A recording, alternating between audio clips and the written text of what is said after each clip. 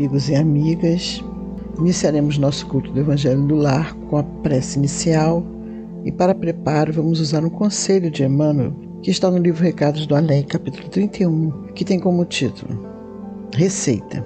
E nos diz assim: experimenta substituir os instantes de queixa por momentos de serviço ao próximo e observa os resultados.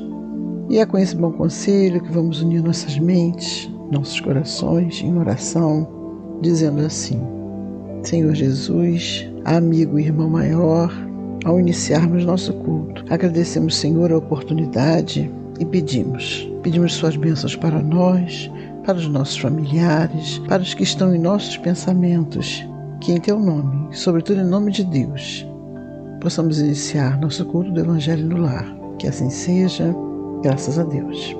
Hoje vamos iniciar o capítulo 7 do nosso Evangelho, lembrando que usamos o exemplar da Federação Espírita Brasileira, edição histórica, tradução de Guilherme Ribeiro, e os itens serão 1 e 2, com o título O que se deve entender por pobres de espírito. Quase sempre, quando nos defrontamos com esse versículo que nós vamos ler, fica uma dúvida sobre a expressão pobre de espírito. Eu penso que seja essa dúvida porque nós nos habituamos a falar popularmente que pobre de espírito é pessoa pequena, mesquinha, mercenária, egocêntrica, artificial, cruel, maldosa, que não se importa com os outros, que não tem respeito ou empatia pelo próximo.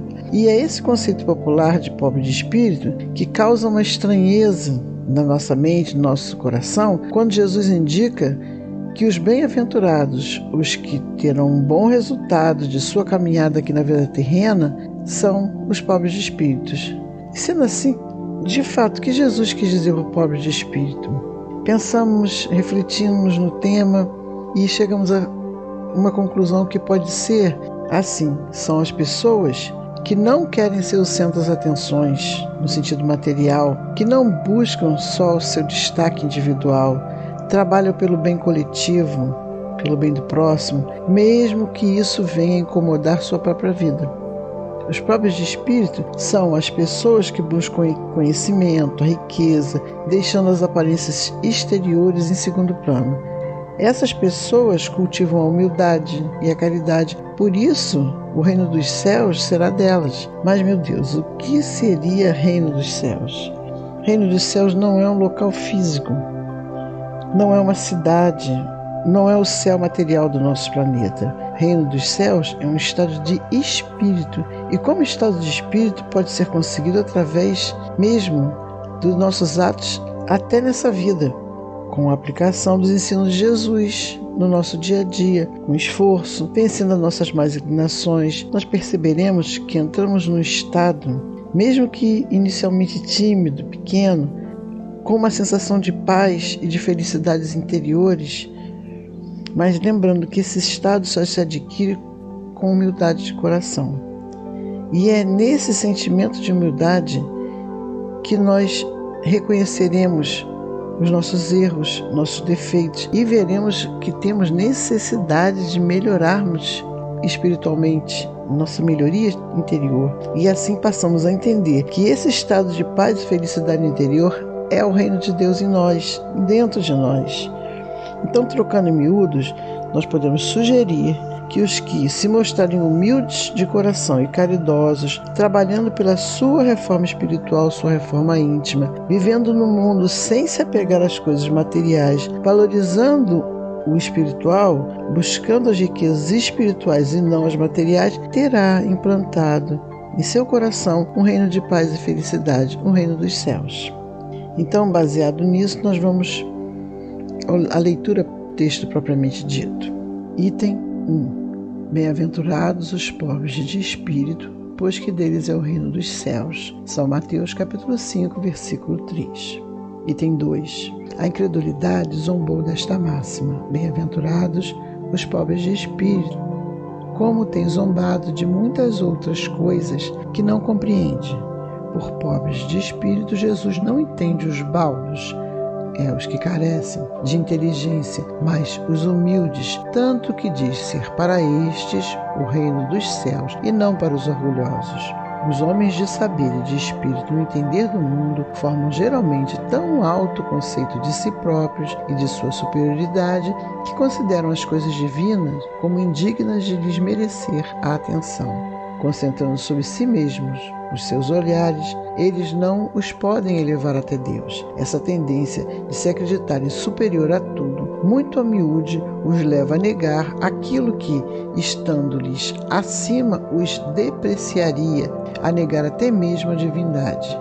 Ou, se condescendem em admiti-la, contestam-lhe um dos mais belos atributos, a ação providencial sobre as coisas deste mundo, persuadidos de que eles são suficientes para bem governá-lo. Tomando a inteligência que possuem para a medida da inteligência universal e julgando-se aptos a tudo compreender, não podem crer na possibilidade do que não compreendem. Consideram sem apelação as sentenças que proferem. Se recusam a admitir um mundo invisível e uma potência extra-humana, não é por isso que lhes esteja fora do alcance, é que o orgulho se lhes revolta a ideia de uma coisa acima da qual não possam colocar-se e que os faria descer do pedestal onde se contemplam. Daí o só terem sorrisos de mofa para tudo que não pertence ao mundo visível e tangível. Eles se atribuem espírito e saber em tão grande cópia que não podem crer em coisas, segundo pensam, boas apenas para a gente simples, tendo por pobres de espírito os que as tomam a sério. Entretanto, digam o que disserem, forçoso lhes será entrar como os outros nesse mundo invisível de que escarnecem. É que os olhos se lhes abrirão e eles reconhecerão o erro em que caíram. Deus, porém, que é justo, não pode receber da mesma forma aquele que lhe desconheceu a majestade e outro que humildemente se lhe submeteu às leis, nem os aquinhoar em partes iguais, dizendo que o reino dos céus é dos simples, que Jesus significar que a ninguém é concedida a entrada nesse reino sem a simplicidade de coração e humildade de espírito. Que o ignorante possuidor dessas qualidades será preferido ao sábio que mais crê em si do que em Deus.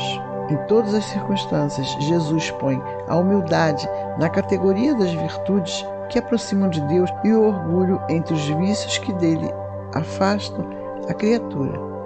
E por isso, por uma razão muito natural, há de ser a humildade um ato de submissão a Deus, ao passo que o orgulho e a revolta contra ele. Mais vale, pois, que o homem, para a felicidade do seu futuro, seja pobre em espírito, conforme o entende o mundo, e rico em qualidades morais. Então nós vemos aí, meus amigos e amigas, que temos belas explicações e percebemos que é possível conseguir mesmo sabendo das nossas dificuldades, entendendo que temos que caminhar e caminhar muito ainda na direção das coisas do Espírito. Mas como Bezerra nos diz, que devemos caminhar com passos curtos, porém sustentáveis, assim nós chegaremos de retorno à pátria espiritual, como nos diz o texto, melhores do que quando aqui chegamos. E é Emmanuel que tem uma mensagem que completa esse nosso momento de reflexão, e é com ela que nós encerraremos nosso culto, proferindo a nossa prece final. Em seguida, essa página está contida no livro Dinheiro, no capítulo 14. O título é Pobreza Feliz.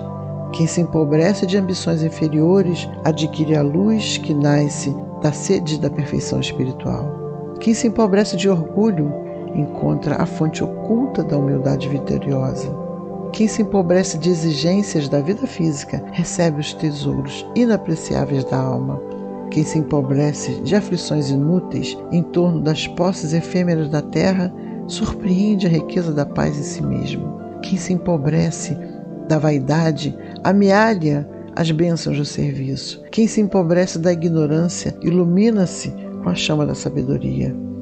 Não vale amontoar ilusões que nos enganam somente nos transcursos de um dia. Não vale sermos ricos de mentira no dia de hoje para sermos indigentes da verdade no dia de amanhã. Ser grande à frente dos homens é sempre fácil. A astúcia consegue semelhante fantasia sem qualquer obstáculo. Mas ser pequenino diante das criaturas para servirmos realmente aos interesses do Senhor junto à humanidade é trabalho de raro.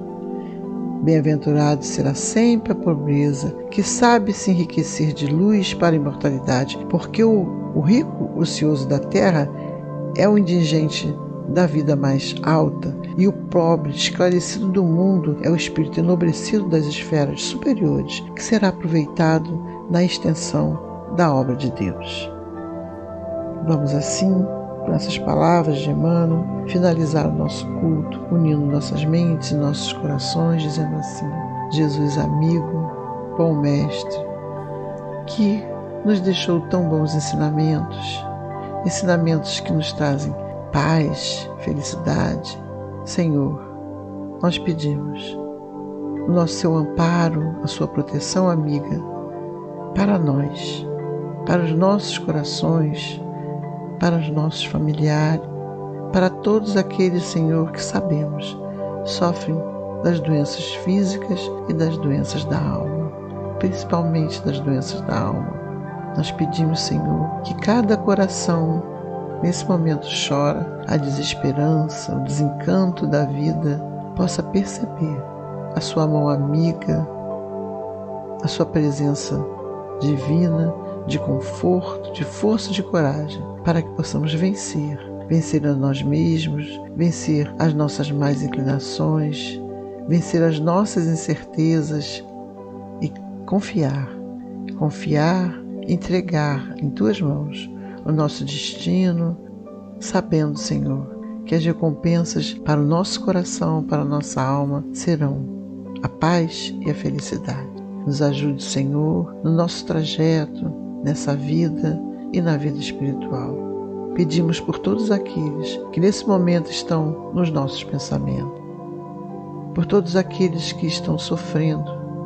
Pedimos, Senhor, pelos hospitais, pelas casas de saúde, pelos companheiros que estão em situação de rua, mas, Senhor, principalmente por nós, que podemos fazer alguma coisa em benefício do nosso próximo.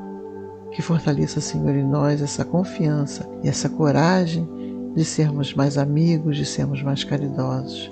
Precisamos, Senhor. Nos ampare, nos proteja e que possamos assim, em Seu nome, encerrar o nosso culto do Evangelho no lar, agradecendo mais uma vez a Ti, aos bons espíritos e, sobretudo, a Deus. Que assim seja.